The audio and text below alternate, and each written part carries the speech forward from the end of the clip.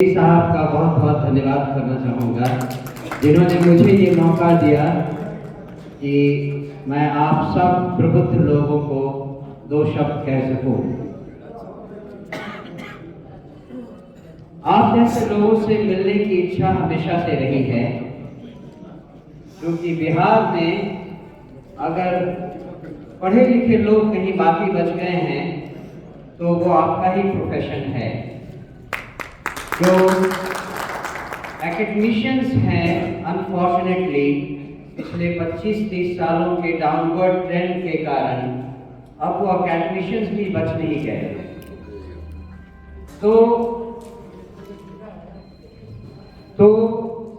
मैं सच में आज अपने आप को धन्य महसूस करता हूँ कि गोपालगंज में आके मुझे आप जैसे लोगों से बातचीत करने का मौका मिला। मैं जनसुराज से जुड़ा उस हालत में जब मुझे राजनीति से कोई मतलब नहीं था। आप जैसा जानते हैं, मैं नेतरहाट में पढ़ा, IIT कानपुर जाकर बीटेक किया, इलेक्ट्रिकल इंजीनियर बना। IIT दिल्ली में था जब मैं मास्टर्स कर रहा था, तब मैंने UPSC दिया, फॉरेन सर्विस में आया और उसके बाद लगभग 34.5 साल की मैंने सरकारी सेवा की। इस पूरे दौरान मेरे दिल में बिहार को लेकर जो कसक थी वो हमेशा ही जीवित रही। चूंकि मैं विदेशों में रह चुका था और हर जगह देखता था कि समाज कितनी अच्छी तरह से चल रहा है, मुझे लगता था कि बिहार में ऐसा क्यों नहीं हो सकता। मुझे याद है 1994 में मैं हॉलैंड में पोस्टेड था और हॉलैंड से मैं होम लीव पर इंडिया आया था। उस समय मेरे फादर इन लॉ, आप में से बहुत लोग जानते हैं उनको, मिस्टर मैकू राव, जो IPS 61 बैच के थे, उस समय DGP थे। मैंने उनसे कहा बहुत इंथुसियास्टिक होकर कि हॉलैंड में ये होता है, नालियाँ इतनी साफ होती हैं, लोग इतना अच्छा काम करते हैं, हमारे यहाँ ऐसा क्यों नहीं हो सकता। मुझको आप लालू यादव जी से एक मीटिंग करवा दीजिए, मैं उनसे जाके बोलना चाहता हूँ, बताना चाहता हूँ कि हम बिहार में क्या कर सकते हैं। उन्होंने मेरी सारी बात सुनी और फिर धीरे से बोले, बेटा इसका रहने दो, अभी बिहार में वो समय नहीं आया है कि कोई आपकी बात को समझेगा। मैं ये कहना चाहता हूँ कि बिहार में जो हो रहा था उसकी जानकारी मुझे हमेशा रही और उसको कैसे बदला जाए इसकी कसक भी हमेशा रही। तो रिटायरमेंट के बाद मैं जानता था कि जो पॉलिटिकल पार्टीज बिहार में शासन कर रही है उनके साथ जुड़ने का कोई फायदा नहीं है। राजनीति से वैसे भी मुझे नाराजगी थी और अगर बिहार को बदलने का मन हो तो ये पार्टियां उसके लायक नहीं थी। मुझे लगभग 7 महीने से अलग अलग जगहों से बताया गया कि एक बार आप प्रशांत किशोर जी से मिल लो।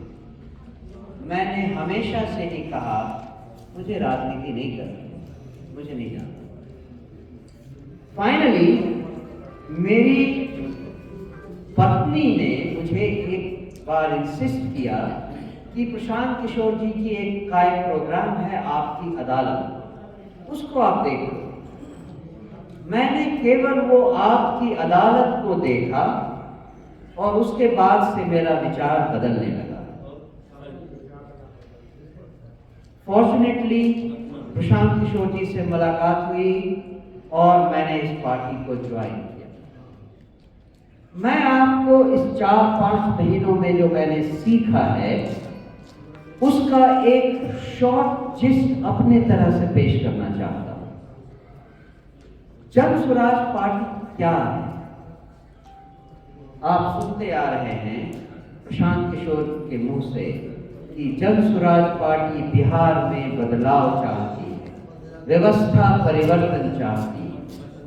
व्यवस्था परिवर्तन क्या है, कैसी व्यवस्था को बदलना है, ये सवाल मेरे मन में सबसे पहले था।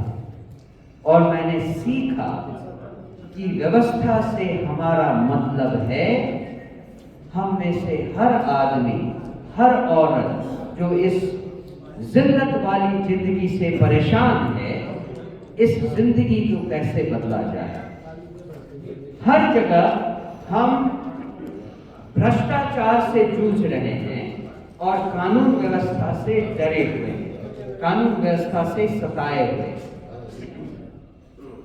मैं 8 अलग अलग देशों में रह चुका हूं, हर देश में कहीं 3 साल, कहीं 3.5 साल, और वहां मैंने जिंदगी जी है, टूरिस्ट की तरह नहीं रहा।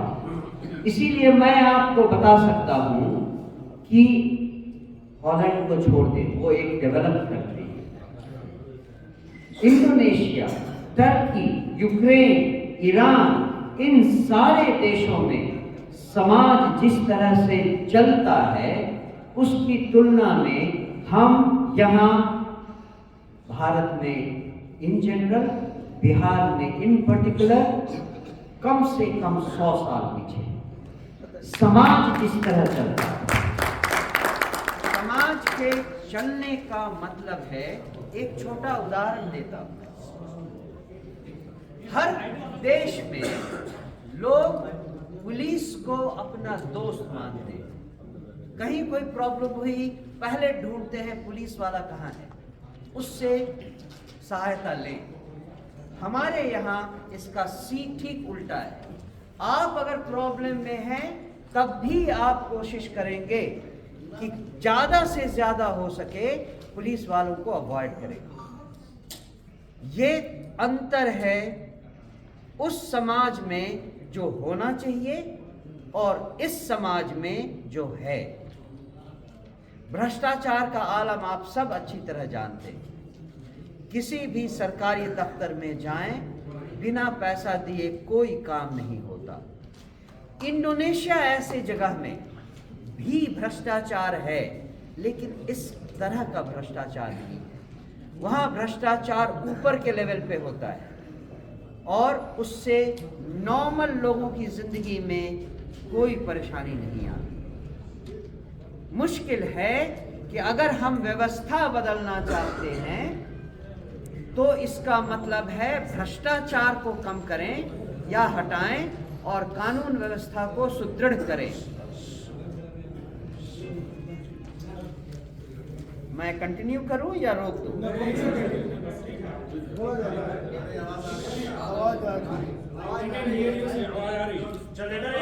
ठीक है, अगर आप शांति रखेंगे तो ही मैं ऐसे माहौल में कंटिन्यू कर सकता हूं। तो व्यवस्था परिवर्तन के लिए क्या जन स्वराज के पास जादू की छड़ी है? नहीं। हमने एक तरीका सोचा और इसी कारण प्रशांत किशोर जब खुले मन से कहते हैं कि हम काबिल लोगों को अपने साथ जोड़ना चाहते हैं, काबिल लोगों को अपना उम्मीदवार बनाना चाहते हैं, ऐसे काबिल आदमी अगर हमसे जुड़ें तो वो अपने सामर्थ्य के हिसाब से चुनाव में पैसा लगाएं। क्यों ऐसा कहते हैं? अगर आप इसे एनालाइज करें तो बात बिल्कुल साफ हो जाती है। भ्रष्टाचार की शुरुआत कहां से होती है? इन चुनाव से होती है। इस चुनाव में हर उम्मीदवार 7 से 10 करोड़ रुपए लगाता है। इस बार जो जीता शायद वो 1-2 चुनाव और लड़ चुका है और हर उस चुनाव में 7 से 10 करोड़ रुपए लगाए हैं। अगर वो इस बार चुनाव जीता तो जीतते ही, विधायक बनते ही या उनमें से कुछ मंत्री बनेंगे, विधायक या मंत्री बनते ही उनके दिमाग में पहला ख्याल क्या होता है? कैसे वो 10 करोड़, 20 करोड़ या 30 करोड़ जो खर्चे हैं कैसे वापस लेंगे। इसका मतलब है इस भ्रष्टाचार की शुरुआत हमारे विधायक और मंत्री के दिमाग से होती है। वो पैसे कहां से लेगा? अपने ठेकेदारों से लेगा, अपने सीनियर ऑफिसर से मांगेगा, सीनियर ऑफिसर अपने जूनियर ऑफिसर से मांगेगा, वो अपने जूनियर ऑफिसर से मांगेगा। अंत में हम और आप किसी भी सरकारी दफ्तर में जाएं, किसी भी काम के लिए जाएं, बिना पैसा दिए हुए हमारा एक काम नहीं होता। इसके तार ऊपर से जुड़े हैं और उसकी शुरुआत चुनाव से हुई थी। चुनाव की प्रक्रिया अगर बदल दें तो शायद भ्रष्टाचार कम हो जाए। इसीलिए प्रशांत किशोर ने इसीलिए कहा कि अगर हमें काबिल इंसान उम्मीदवार मिल जाते हैं जो निस्वार्थ भाव से जनता की सेवा करने के लिए तैयार है, तो अगर उनकी हैसियत 5 लाख की है तो चुनाव में वो 5 लाख लगाएं। अगर उनकी हैसियत 25 लाख की है तो वो चुनाव में 25 लाख लगाएं। बाकी उनको चुनाव जिताने की जिम्मेवारी जनसुराज पार्टी लेगी। केवल एक आशा है कि अगर हमारा ऐसा काबिल इंसान जीतता है, विधायक बनता है या उनमें से कोई मंत्री बनता है, तो उसके दिमाग में भ्रष्टाचार नहीं आएगा। उसको आशा यही है, हमारा विश्वास है कि ऐसा आदमी, ऐसी औरत के मन में शायद भ्रष्टाचार नहीं करने की बीज पड़ चुकी होगी। अगर ऐसा हुआ, अगर हमारा विधायक, हमारा मंत्री भ्रष्ट नहीं हुआ, तो वादा करते हैं आपसे 3 महीने के अंदर बिहार से भ्रष्टाचार निकाल देंगे। और अगर हमारा मुख्यमंत्री, हमारा गृह मंत्री भ्रष्ट नहीं हुआ, तो सारा का सारा पुलिस तंत्र हम अपने कंट्रोल में रखेंगे। उसके बाद किसी ने भी कोई भी घूस लेने की, भ्रष्टाचार फैलाने की कोशिश की, उसको पहचान कर उसके कान पकड़ के इमीडिएटली बर्खास्त किया जाएगा। ये भी हमारा आपसे वादा है। इसके लिए 2 सबसे कठिन काम है। पहला तो ये कि हम अपनी बात जनता तक पहुंचा सकें, लेकिन उससे भी कठिन काम है कहां से लाएं वो 243 लोग जिन पर जनता भरोसा कर सके। जनता को छोड़िए, हम उस पर भरोसा कर सके कि अगर हमने अपने पैसे लगाकर उसको जिताया तो वो हमारा विधायक भ्रष्ट नहीं हो जाएगा, पैसों की लालच में बिगड़ नहीं जाएगा। इवन दो उसने केवल 5 लाख लगाकर 7 करोड़ लगाने वाले को छोड़कर जीता है, केवल 5 लाख लगाकर, लेकिन उसके बाद भी अगर उसका दिमाग भ्रष्ट न हो जाए, इसकी क्या गारंटी है? कोई गारंटी नहीं। तो हमारे लिए सबसे मुश्किल काम है कहां से लाएं वैसे 243 लोग जिन पर हम भरोसा कर सके, जिन पर जनता भरोसा कर सके। क्योंकि अगर ऐसा आदमी, ऐसी औरत मिले तो उसको जब हम जनता के सामने लाएंगे, उसका मोरल कैरेक्टर अपने आप दिखाई देगा। भाई, प्रशांत किशोर को देखकर आपके, हमारे सबके मन में एक आकर्षण आता है या नहीं? क्या आदमी है, कितना अच्छा मोरल कैरेक्टर है, ऐसा आदमी हमारा सीएम बनना चाहिए, ऐसा आदमी हमारा लीडर बनना चाहिए। हम में से हर लगभग सोचता है या नहीं? हम चाहते हैं कि जनसुराज पार्टी का हर एक वो उम्मीदवार, 243 उम्मीदवार जब जनता के सामने जाए तो जनता को, हर आदमी, हर औरत को लगे क्या नेता है, वाह, ऐसा नेता होना चाहिए। ये तो दूसरे पार्टी के राजनीतिक नेताओं से अलग लगता है। उनको भरोसा होना चाहिए कि ये आदमी जब जीतेगा तो जो वादा जनसुराज करती है बिहार को बदलने का, वो वादा पूरा होगा। हर उस उम्मीदवार में जनता को छोटा छोटा प्रशांत किशोर दिखना चाहिए, तभी जनता को भरोसा होगा कि अगर इस पार्टी को वोट दिया और ये पार्टी जीती तो बिहार सच में बदलेगा। नहीं तो हमारे किए हुए वादों में और दूसरे लोगों के किए हुए वादों में क्या फर्क है? कोई फर्क नहीं है। वो भी कहते हैं हम बेरोजगारी हटाएंगे, वो भी कहते हैं हम शिक्षा देंगे, हम भी वही कहते हैं। अंतर कैसे पता चले? केवल हमारे उस उम्मीदवार में। तो अब मैं मुद्दे पे आता हूं। मैंने आपको बताया कि जन सुराज क्या सोचती है, क्या करना चाहती है और कैसे करना चाहती है। हम चाहते हैं कि उन 243 लोगों में कम से कम 25% आप जैसे प्रबुद्ध लोग,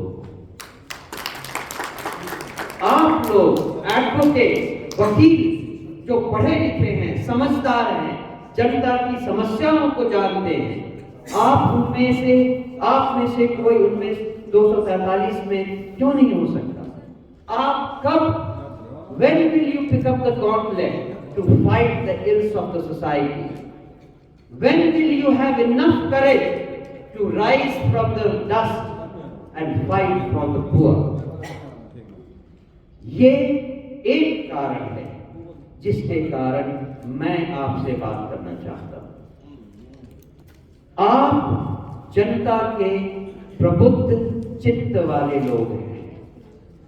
आपने गरीबों की गरीबी देखी है और अमीरों का अत्याचार देखा है। आपने बाहुबलियों का राज भी देखा है और आपने उनको भी देखा है जो जिसकी लाठी उसकी भैंस से हमेशा दबते आ रहे हैं। आपसे अच्छा कौन है जो समाज को सुधारने के लिए एक्टिव रोल अदा कर सकता?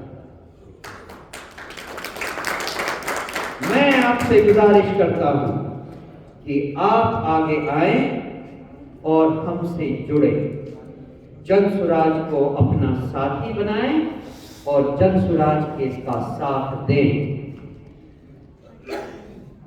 दूसरी बात, आप अगर हमारे साथ हुए, चुनाव के पहले भी बिना चुनाव लड़े भी, तो आप जन सुराज को मजबूत करते हैं। क्योंकि हमारी एक उम्मीद ये है कि हम हर प्रखंड में एक लीगल सेल बनाएं और उस प्रखंड में हमारे जितने भी जन साधारण के लोग हैं, उनको किसी भी तरह की लीगल समस्या आए तो हम आपसे अनुरोध कर सके कि जन सुराज से जुड़ने के कारण आप कृपया उन लोगों की मदद करें। तो जन सुराज का लीगल सेल आपके थ्रू जनता तक पहुंचे, ऐसी हमारी चाह है, ऐसा हमारा सपना है। हम चाहते हैं कि आप इस तरफ भी थोड़ा ध्यान दें और इसलिए भी श्री वी वाई गिरी साहब के साथ जुड़कर हमारे लीगल सेल को मजबूत करें। और तीसरी चीज जो उन्होंने खुद कही, मैं उसे रिपीट करना चाहता हूं। हम एक तरह से आपसे वादा कर रहे हैं, अगर हमारी सरकार बनी जनता की मदद से और हमारे साथ ऐसे प्रबुद्ध लोग आए जो निस्वार्थ भाव से आए हैं, जिनके दिमाग में भ्रष्टाचार नहीं है, तो हम तुरंत 3 महीने के अंदर इस कानून व्यवस्था को कंट्रोल में लाएंगे और आप जैसे ईमानदार लोगों के लिए जो वकील और लीगल प्रोफेशन में हैं, उनके लिए उचित ट्रेनिंग का बंदोबस्त करेंगे। जो यंग प्रोफेशनल्स हैं, मेरी फैमिली में भी बहुत सारे वकील हैं, मुझे मालूम है कि यंग वकीलों को स्टैब्लिश होने में कितने पापड़ बेले होते हैं। उनको अपने प्रोफेशनल जीवन की शुरुआत करने के लिए जो सहायता मिलनी चाहिए वो जन सुराज देने का वादा करती है।